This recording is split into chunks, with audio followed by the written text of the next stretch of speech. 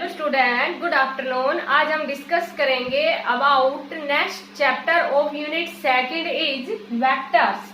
हमारे पास बहुत सारी फिजिकल क्वांटिटीज होती हैं और उन फिजिकल क्वांटिटीज को टू टाइप से कैटेगराइज किया गया है, जिसमें फर्स्ट हमारे पास क्या होती है scalar quantity and second one हमारे पास होती है वेक्टर्स। तो वेक्टर्स के बारे में डिटेल से हम डिस्कस करेंगे। तो फर्स्ट हमारे पास जो क्वांटिटीज है, जैसे बहुत सारी क्वांटिटीज हम पढ़ भी चुके हैं और आगे पढ़ेंगे भी, कि कोई भी जो फिजिकल क्वांटिटी होती है तो वो क्वांटिटी या तो आपके पास स्केलर होती है या फिर कैसी होती है वेक्टर क्वांटिटी होती है। तो फर्स्ट हम बताएंगे किसके बारे में, स्केलर क्वांटिटी।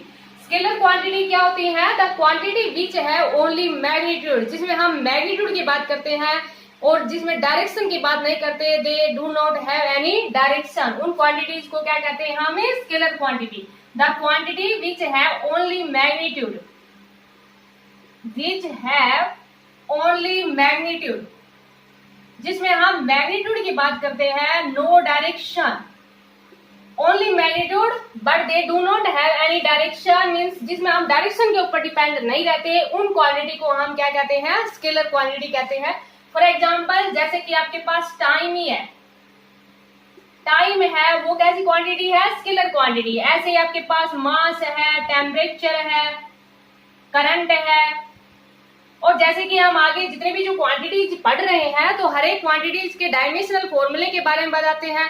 देखो, जब भी कोई भी क्वांटिटी के बारे में डिस्कस करते हैं तो सबसे पहले बताते हैं कि वो क्वांटिटी होती क्या है, उसके बाद में ये बताते हैं कि एक क्वांटिटी स्केलर क्वांटिटी है या वेक्टर क्वांटिटी है, उसके बाद में उसका डायमेंशनल फॉर्मूला डिस्कस करते हैं। तो हम ही अभी इसके रटे नहीं मारेंगे, जितनी भी क्वांटिटी पढ़ेंगे तो उन क्वांटिटी में जब डायरेक्शन की बात नहीं करेंगे तो वो स्केलर क्वांटिटी होगी, और जब डायरेक्शन की बात करेंगे तो वो वेक्टर क्वांटिटी होगी। तो द क्वांटिटी विच है only magnitude but no direction is known as a scalar quantity. फिर हम बात करते हैं, आप डिटेल से बात करेंगे किसके बारे में, वेक्टर्स के बारे में बात करेंगे। वेक्टर्स, वेक्टर है वो हमारे पास क्या होती है, द क्वांटिटी विच है both, the quantity which have both magnitude as well as direction, जिसमें हम मैग्नीट्यूड की भी बात करते हैं as well as डायरेक्शन की भी बात करते हैं, जिसमें मैग्नीट्यूड की भी बात करेंगे और साथ में डायरेक्शन की बात करेंगे। जैसे कि मान लीजिए किसी बॉडी के ऊपर फोर्स ही लगाना है तो ये कहते हैं ना कौन सी डायरेक्शन से लगाया, या अगर मान लीजिए आपके पास वेलोसिटी है, फॉर एग्जाम्पल बहुत कोई भी जो क्वांटिटी है, जैसे कि मान लीजिए फोर्स है, ये हम पढ़ भी चुके हैं, डिस्प्लेसमेंट भी पढ़ चुके हैं, अभी वही एग्जांपल दे रहे हैं जो आप जिनके बारे में आप जानते हो, वेलोसिटी है एटसेट्रा। तो ये हमारे पास जो क्वांटिटी है वो किस प्रकार की क्वांटिटी है, वेक्टर क्वांटिटी है, जिसमें हम मैग्नीट्यूड भी देखते हैं और साथ में वेक्टर भी देखते हैं। और ये भी आप जानते हो कि कोई भी जो वेक्टर होता है उसको हम किससे रिप्रेजेंट करते हैं, एरो से रिप्रेजेंट करते हैं। जैसे कि एक्सेलरेशन एक वेक्टर क्वांटिटी है, तो एक्सेलरेशन लिख के उसके ऊपर क्या लगा देंगे कि एरो लगा देंगे। ये जो एरो है ये किसको रिप्रेजेंट कर रहा है, उसके डायरेक्शन को रिप्रेजेंट कर रहा है। मीन्स जो भी क्वांटिटी जिसके ऊपर एरो मिलेगा इट मीन्स वो क्वांटिटी कैसी है, आपके पास है वेक्टर क्वांटिटी है। जैसे कि फोर्स पे एरो मिलेगा तो फोर्स है वो कैसी क्वांटिटी है, वेक्टर क्वांटिटी है। अब जो वेक्टर्स हैं वो भी हमारे पास बहुत सारी क्वांटिटीज है जो वेक्टर है। तो वेक्टर को फर्दर टू टाइप से डिस्क्राइब कर दिया। वेक्टर्स हैं वो टू टाइप्स के हैं, एक होते हैं हमारे पास पोलर वेक्टर, सेकेंड वन होते हैं हमारे पास axial vector. Vectors are of two types के वेक्टर हैं। सिंपल सा टॉपिक है आपके पास ये। फर्स्ट है आपके पास पोलर वेक्टर और सेकंड वन आपके पास कौन सा वेक्टर है, axial vector, axial vector, axial polar vector, और second one is axial vector. देखो पोलर वेक्टर क्या होते हैं कि the vector which have starting point, जिसका स्टार्टिंग पॉइंट हमें पता है, जिसका भी स्टार्टिंग पॉइंट पता है। जैसे कि फॉर एग्जांपल एक बॉडी ने यहां से चलना स्टार्ट किया और वो यहां तक गई, और जब स्ट्रेट लाइन की बात करते हैं तो डिस्टेंस और डिस्प्लेसमेंट इक्वल होते हैं। तो जैसे एक बॉडी ने यहां से यहां तक डिस्प्लेस किया तो हमें इसका स्टार्टिंग पॉइंट पता है कि वो यहां से चलना उसने स्टार्ट किया। तो वो वेक्टर जिनका स्टार्टिंग पॉइंट पता हो, the vector which have starting point, या हम ये कह देंगे the quantity which have starting point, जिसका हमें स्टार्टिंग पॉइंट पता है, उन क्वांटिटी को हम क्या कहते हैं, पोलर वेक्टर कहते हैं।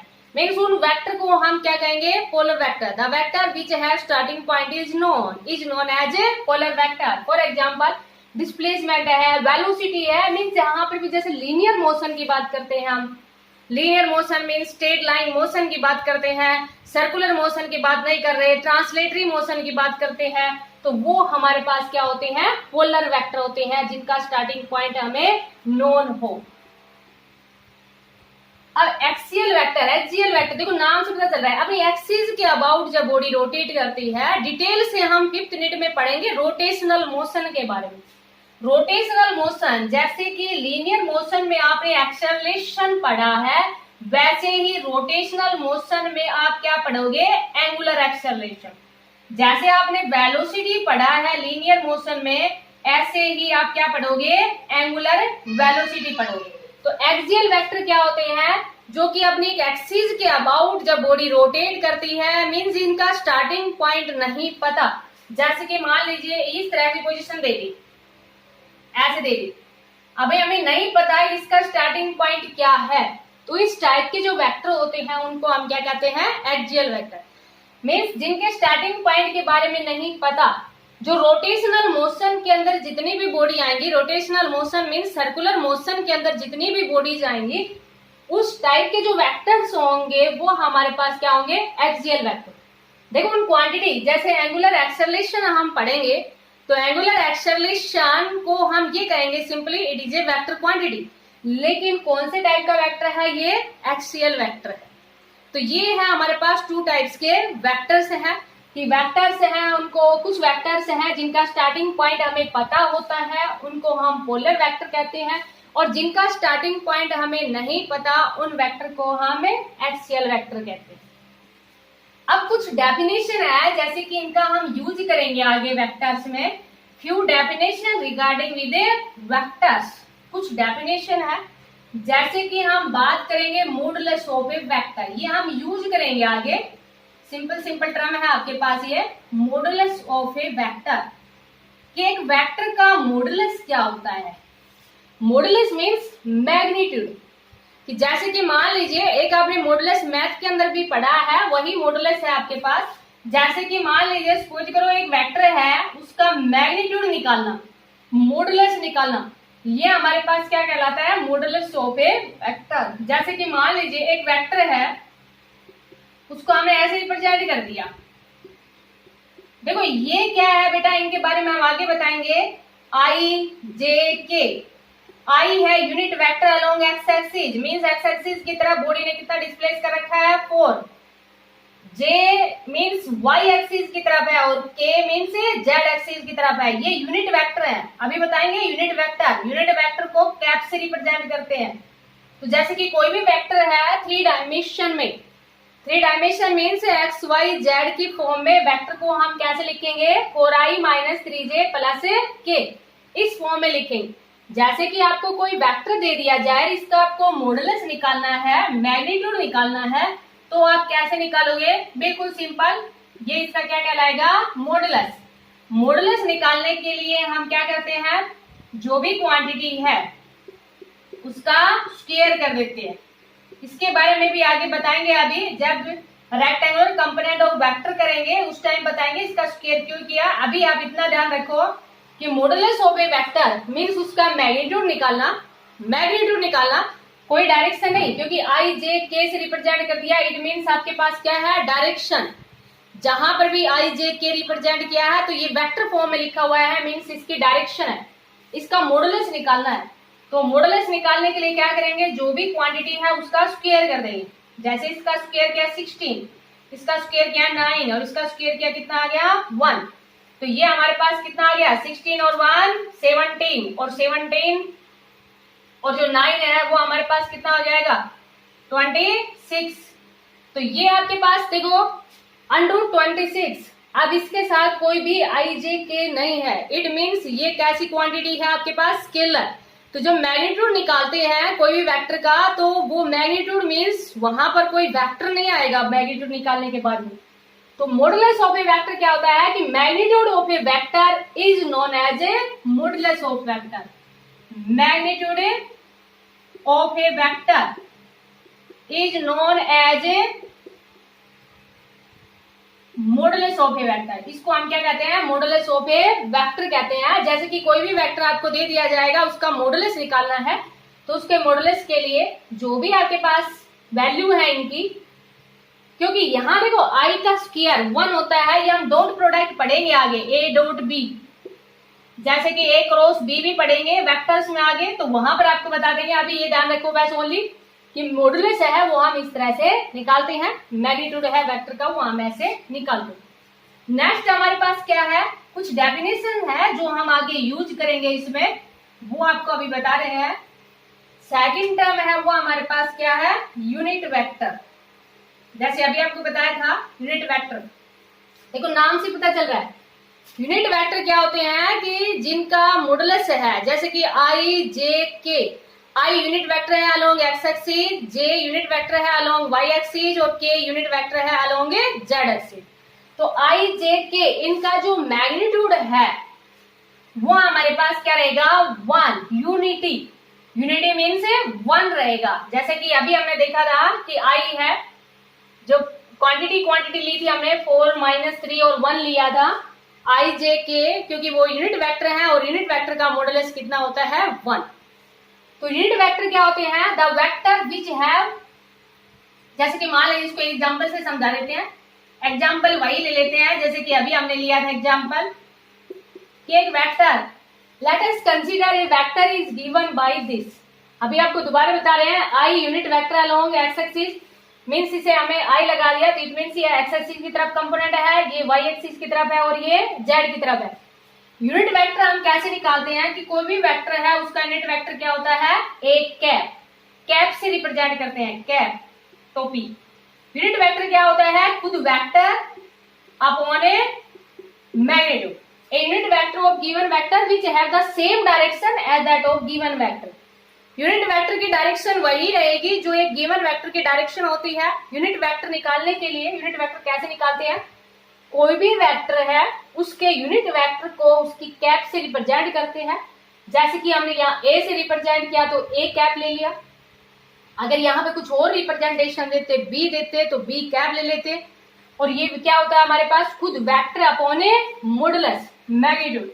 जैसे कि वैल्यू कितनी है, 4i - 3j प्लस के, इसका मॉडुलस निकालेंगे। तो अभी इसका मॉडुलस निकाला था, आपको ध्यान भी होगा मॉडुलस, मॉडुलस देखो ये चीज ये ध्यान रखना, इसको ऐसे लिख दो या सिंपली ए लिख दो, क्योंकि ए वेक्टर का मॉडुलस किया या सिंपल हमने ए लिख दिया, ये दोनों ही हमारे पास क्या है, मैग्नीट्यूड ऑफ ए वेक्टर है। एक वेक्टर को इस तरह से रिप्रेजेंट करते हैं हम। तो जो मैग्नीट्यूड ऑफ वेक्टर निकालने के लिए अभी आपको क्या बताया था, 4 का स्क्वायर -3 का स्क्वायर और प्लस इसके साथ कुछ नहीं है तो 1 का स्क्वायर। तो ये हमारे पास कितना आ गया था, 16 + 9 + 1, तो 16 + 9 25 और 1 कितना आ जाएगा, 26। तो देखो ए जो यूनिट वेक्टर है वो क्या होता है, unit vector is the given vector which have the same direction as that of given vector. तो यहाँ पर देखो यह डेफिनेशन याद करने की कोई आपको जरूरत नहीं है, बस ऐसे ध्यान रख लो कि यूनिट वेक्टर कैसे निकालते हैं। तो यूनिट वेक्टर निकालने के लिए तरीका क्या होता है, खुद वेक्टर अपॉन ए मैग्नीट्यूड। तो देखो यहाँ पर वेक्टर हमारे पास कितना है, 4i - 3j + k divide by √26। अब अगर मान लीजिए आपसे ये कह दिया जाए कि एक्स एक्सिस की तरफ कंपोनेंट कितना है, तो 4/√26, वाई एक्सिस की तरफ कह दिया जाए तो -3/√26, जेड एक्सिस की तरफ कह दिया जाए तो कितना है, 1/√26। अच्छा, जब इन सभी का जैसे कि एक्स एक्सिस की तरफ हम रिप्रेजेंट कर देते हैं ए एक्स से, वाई की तरफ हमने वैल्यू को रिप्रेजेंट कर दिया ए वाई से, और जेड की तरफ हमने किस रिप्रेजेंट कर दिया, ए जेड से। अभी हमने देखा, देखो हमने इसके साथ वेक्टर नहीं लगाया है, क्योंकि अगर आई जे के लिखेंगे तब हम वेक्टर लगाएंगे। अभी हम मैग्नीट्यूड में लिख रहे हैं, तो मैग्नीट्यूड में तो आपके पास कोई वेक्टर का रिप्रेजेंटेशन नहीं होता। आई जे के कब लगते हैं, जब आपके पास है वेक्टर। यहां पर देखो हमारे कहने का मतलब क्या है कि ए, जब आप ए एक्स का स्क्वायर करेंगे, ए वाई का करेंगे और साथ में ए जेड का करेंगे, तो इनकी वैल्यू आपके पास 1 ही आएगी। उसको हम क्या कहते हैं, यूनिट वेक्टर। जैसे कि देखो इसका स्क्वायर करो, 16 डिवाइड बाय 26, 9 बाई 26 और प्लस 1 बाई 26, तो ये वैल्यू हमारे पास कितनी आ गई, ऊपर भी 26 नीचे भी 26 और 1 का रूट कितना होता है, 1 ही होता है। तो यहाँ पर जब मॉडुलस निकालते हैं हमारे पास, जब कोई भी यूनिट वेक्टर है तो उसका मॉडुलस निकालते हैं तो उसकी वैल्यू कितनी आती है, यूनिटी आती है।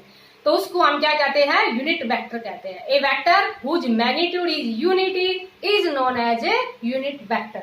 उसको हम क्या कहेंगे, यूनिट वेक्टर। निकालते कैसे हैं यूनिट वेक्टर, यूनिट वेक्टर निकालने के लिए कोई भी वेक्टर है उसका यूनिट वेक्टर उसके कैप से रिप्रेजेंट करते हैं, और वो हमारे पास क्या होता है, given vector divide by its magnitude.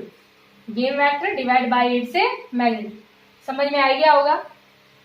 तो ये है हमारे पास यूनिट वेक्टर। अब हम आगे जैसे कि इस टाइप से यूज कर लेंगे, कोई भी वेक्टर आएंगे उसको हम इक्वल वेक्टर कह देंगे, नेगेटिव वेक्टर कह देंगे। तो वो कुछ डेफिनेशन है वही डिस्कस कर रहे हैं हम। इक्वल वेक्टर, देखो नाम से पता चल रहा है इक्वल वेक्टर्स। इक्वल वेक्टर्स क्या होते हैं, मान लीजिए आपके पास 2 वेक्टर हैं, एक वेक्टर ए है और एक वेक्टर बी है। ये इक्वल कब होंगे, when they are acting in the same direction. क्योंकि वेक्टर क्वांटिटी है तो वो डायरेक्शन के ऊपर डिपेंड करती है। तो they are acting in the same direction and have equal magnitude. Magnitude भी क्या होना चाहिए, इक्वल। Magnitude means size. जैसे कि मान लीजिए एक बॉडी ने 5 मीटर ट्रेवल किया तो दूसरी बॉडी भी 5 मीटर उसी डायरेक्शन में ट्रेवल कर रही है, तो 5 यहाँ पर क्या है, उसका मैग्नीट्यूड, साइज। तो 2 vector are said to be equal if they have equal magnitude. उनका मैग्नीट्यूड भी क्या हो, equal. They have equal magnitude and act along the same direction. And act along the same direction, और same direction के अंदर act करें, उन vector को हम क्या कहते हैं, इक्वल वेक्टर कहते हैं। जैसे ए एंड बी दोनों हमारे पास क्या है, इक्वल वेक्टर। जैसे एक वेक्टर ये ले लिया हमने और सेकंड वन हमने ये वेक्टर ले लिया, तो ये वेक्टर ए से रिप्रेजेंट किया, इस वेक्टर को बी से रिप्रेजेंट किया। तो 2 vector are said to be equal if they have equal magnitude and act along the same direction. तो उसको हम क्या कहेंगे, इक्वल। जैसे कि मान लीजिए अब नेक्स्ट हमसे ये कह दिया जाए, नेगेटिव वेक्टर बोल दिया जाए। नेगेटिव वेक्टर, देखो नाम से पता चल रहा है नेगेटिव मीन्स ए वेक्टर है उसका नेगेटिव क्या कहलाएगा, -a। वेक्टर क्वांटिटी है जो डायरेक्शन के ऊपर डिपेंड करती है। तो दे have equal magnitude but act along in opposite direction. Magnitude तो कैसा हो, इक्वल हो, but act along the opposite direction. जहां सेम डायरेक्शन था वहां पर हम क्या ले लेंगे, अपोजिट डायरेक्शन। जैसे एक वेक्टर ये है तो इसका नेगेटिव क्या कहलाएगा, यही तो कहलाएगा। जैसे कि हमने रिलेटिव वेलोसिटी में भी डिस्कस किया था, उसके नेगेटिव को सुपर इम्पोज किया था, तो आपको ध्यान होगा। तो नेगेटिव वेक्टर क्या होती हैं कि दे have equal magnitude and act along the opposite direction, तो उसको हम क्या कहते हैं, नेगेटिव वेक्टर। ऐसे ही देखो मान लीजिए आपके पास ये कह दिया जाए कि कोई भी वेक्टर है उसको ये कह दिया जाए को इनिशियल वेक्टर। को इनिशियल वेक्टर जैसे इस तरह से भी फ्रॉम आपके पास यूज हो सकती है। को इनिशियल, देखो नाम से पता चला, इनिशियल पॉइंट जिसका सेम हो, the vector which have initial point is same. वो वेक्टर जिनका इनिशियल पॉइंट सेम है उन वेक्टर को हम क्या कहते हैं, को इनिशियल वेक्टर। मीन्स जिसका इनिशियल, जैसे ये यहां से स्टार्ट हुआ, ये यहां से स्टार्ट हो गया ए और बी, तो इस तरह की अगर पोजीशन है आपके पास, देखो एरो है, ये बेटा ऊपर है, इस तरह से एरो है, तो initial point is same. Coinitial vector, the vector which have initial point is same is known as a coinitial vector. जैसे जिन दोनों का इनिशियल पॉइंट क्या है, सेम, उनको हम क्या कहेंगे, को इनिशियल वेक्टर। ऐसे ही मान लीजिए आपके पास क्या है, कोलिनियर, ये आपने खूब पढ़ रखा है, कोलिनियर वेक्टर। तो कोलिनियर वेक्टर, आपने कोलिनियर पॉइंट पढ़ रखे हैं, ये आपने 10th क्लास में खूब पढ़ा था। कोलिनियर, जैसे एरिया ऑफ ट्रायंगल निकालते थे, एरिया ऑफ ट्रायंगल निकालते थे, वो 0 के इक्वल आ जाता था, तो आपने क्या कहा था कि ये कोलिनियर पॉइंट है। या आपके पास डिस्टेंस फॉर्मूले से भी करते थे कि 2 के डिस्टेंस है उसका सम तीसरे के इक्वल आता था, तो कोलिनियर। तो यहां से आपको एक बात तो समझ में आएगी होगी, collinear. Collinear means they are acting in the same direction, कि जो एक्टिंग इन सेम और opposite direction, but they act in a same line, line same होनी चाहिए। जैसे कि आपने एरिया ऑफ ट्रायंगल की बात करते थे, अगर आपके पास 3 पॉइंट ले लिया करते थे और 3 पॉइंट का अगर एरिया निकालते थे 0 के इक्वल आता था, इट मीन्स वो कोलिनियर बोलते थे कि दे सेम में, क्योंकि अगर 3 पॉइंट से तो आपके पास ये भी तो बनती है ना ट्रायंगल। तो इस तरह से क्या समझ आया आपको कि अगर एक ही लाइन के अंदर लाई करते हैं, जैसे एक वेक्टर ये ले लिया, एक वेक्टर ये ले लिया, ये कोलिनियर वेक्टर है। एक वेक्टर हमने ऐसे ले लिया, एक वेक्टर हमने ऐसे ले लिया, ये भी कोलिनियर वेक्टर है। मीन्स एंगल अगर 0 डिग्री है वेक्टर के बीच में और एंगल आपके पास 180 डिग्री है, तो उन वेक्टर को हम क्या कहते हैं, कोलिनियर वेक्टर। तो vector which act along in same direction and in opposite direction but they act along in same line, उन वेक्टर्स को हम क्या कहते हैं, कोलिनियर वेक्टर। समझ आ गया होगा, समझ लिया होगा ये भी आपने। तो देखो आप नेक्स्ट कोप्लेनर आ जाए। कुछ टर्म्स हैं ये, कुछ रट्टे मत मारना, ओनली समझना है इनको। Coplanar, coplanar vector, coplanar, coplanar vector देखो आपके पास क्या होते हैं, coplanar vectors. They act along in same plane. Same plane means जैसे कि मान लीजिए आपने 2 डायमेंशनल प्लेन ले रखा है या 3 डायमेंशन, जैसे ये प्लेन नहीं पढ़ते हैं, ये हम इस प्लेन को क्या बोलते हो आप, एक्सवाई प्लेन बोलते हो ना। तो जैसे कि मान लीजिए कोई भी वेक्टर है हमारे पास, जैसे एक वेक्टर ये हो गया, एक वेक्टर ये हो गया, तो ये एक ही प्लेन में अगर लाई करते हैं तो उन वेक्टर को हम क्या कहते हैं, कोप्लेनर। डिफरेंट प्लेन में लाई करेंगे तो उनको हम कोप्लेनर वेक्टर नहीं कहेंगे। तो कोप्लेनर वेक्टर क्या होते हैं, they are acting in the same plane. Same सेम प्लेन के अंदर वेक्टर है वो एक्ट करते हैं, मींस एक ही प्लेन के अंदर है, तो उन वेक्टर को हम क्या कहते हैं, कोप्लेनर वेक्टर कहते हैं। अब ऐसे ही आपके पास देखो क्या है, अनइक्वल वेक्टर। अनइक्वल तो आपको समझ में आ गया होगा कि दे do not have equal magnitude, magnitude है वो उनका इक्वल ना हो, और दे एक्ट इन सेम डायरेक्शन हो या अपोजिट डायरेक्शन हो, क्योंकि मैग्नीट्यूड इक्वल नहीं है तो कैसा हो जाएगा आपके पास, अनइक्वल वेक्टर हो जाएगा। एक वेक्टर हमारे पास ये आ जाएगा लोकलाइज्ड वेक्टर। लोकलाइज्ड वेक्टर देखो, लोकलाइज्ड एक होती है non localized, non localized. If initial point is same, अगर इनिशियल पॉइंट आपके पास सेम है तो they are said to be localized vector. और if initial point is not fix या सेम कह दो, if initial point is fix then it is said to be localized vector. और if initial point is not fix, जब initial point fix नहीं है तो उसको हम क्या कहेंगे, नॉन लोकलाइज्ड वेक्टर कहेंगे। तो ये थी हमारे पास कुछ डेफिनेशन रिगार्डिंग विद वेक्टर्स, आपको समझ में आ गया होगा। वेक्टर्स थोड़ा सा देखो दोबारा रिवाइज करवाते हैं। वेक्टर्स, क्योंकि ये जब आप समझोगे आगे की टर्म तभी आगे की आपके समझ में आएंगी। तो वेक्टर्स होती हैं हमारे पास वो क्वांटिटी जिसमें हम दोनों की बात करते हैं, magnitude as well as direction की बात करते हैं, उसको हम वेक्टर क्वांटिटी कहते हैं। जिसमें ओनली मैग्नीट्यूड की बात करते हैं उस क्वांटिटी को हम स्केलर क्वांटिटी कहते हैं। तो आपको रट्टे नहीं मारना, जो भी कोई भी वेक्टर जिसमें हम डायरेक्शन की बात करेंगे तो उसके ऊपर एरो लगा देंगे, क्योंकि एरो हेड है वो रिप्रेजेंटेशन है एक वेक्टर का। उसके बाद में हमारे पास वेक्टर्स है, वो भी काफी क्वांटिटीज थी जो वेक्टर है, तो उनको फर्दर 2 टाइप से डिवाइड कर दिया। एक है हमारे पास पोलर वेक्टर और दूसरा हमारे पास क्या था, एक्सियल वेक्टर। समझ में आ गया होगा आपको।